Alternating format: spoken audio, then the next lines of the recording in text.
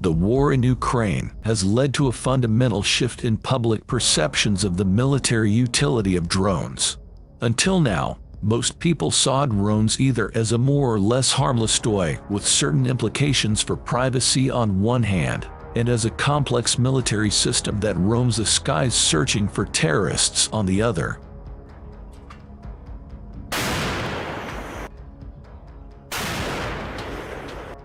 The proliferation of drones and the accompanying high-resolution videos of their exploits in Ukraine has blurred these borders.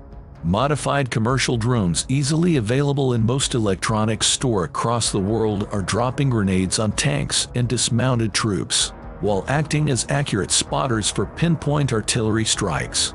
Their larger military counterparts are wreaking havoc on supply convoys and armored columns, and they allegedly even contributed to the sinking of the Russian missile cruiser Moskva, which sported one of the more capable air defense systems in Moscow's Black Sea Fleet.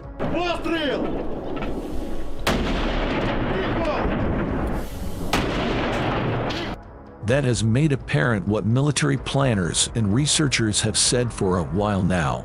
The military utility of unmanned aerial vehicles is still a work in progress, and the saturation of conflict zones with these systems will require changes in tactics and doctrine. To dive into these issues and their ramifications for both military planners and policymakers, Trendlines is joined by Ulrike Frank, a senior policy fellow at the European Council on Foreign Relations, where she specializes in military technology, including unmanned aerial vehicles and artificial intelligence.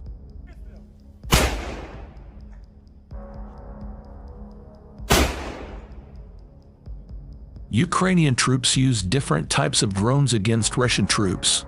Today, a video surfaced on social media, which shows a Ukrainian drone brutally destroying a dozen Russian Wagner soldiers hiding near Bakhmut. The attack was carried out by elite Ukrainian forces, the Battle of Bakhmut, which killed thousands of Putin's soldiers, according to a later video. This is a tactic similar to that which was common during the Ukrainian war.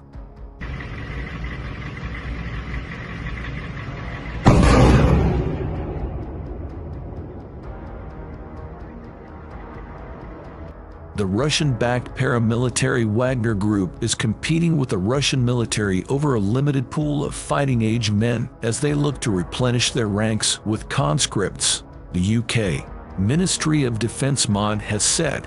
In an intelligence update on Sunday, it said it saw the Kremlin's most recent campaign to bring new recruits into the conflict as highly unlikely to reach its 400,000 men target.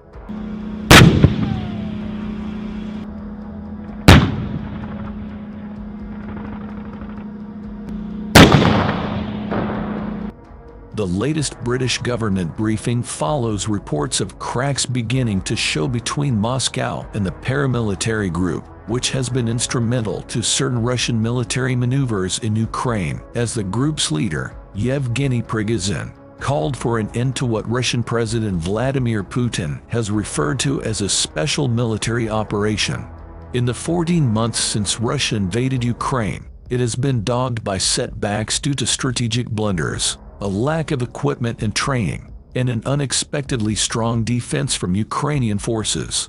In November, the Russian military was forced to cede Kherson, the only major Ukrainian city it held.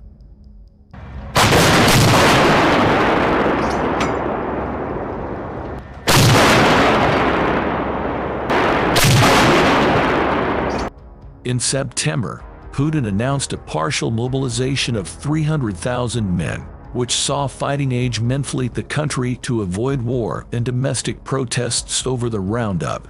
Some 10,000 men have been returned home after being erroneously deployed, and the Russian leader has admitted mistakes had been made during the conscription process.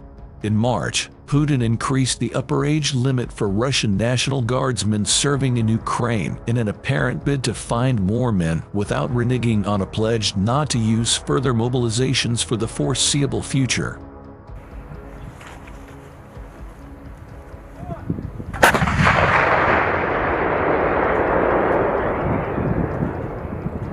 The Russian armed forces have recently turned to conscripts to defend Crimea, which Russia annexed in 2014, and which Ukrainian President Volodymyr Zelensky has vowed to take back.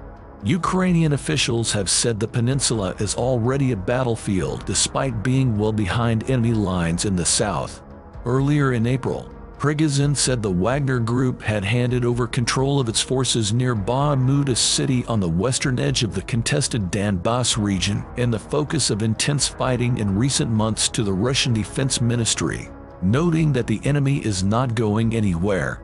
He admitted that a Russian offensive seemed out of the question against the encroaching Ukrainian forces.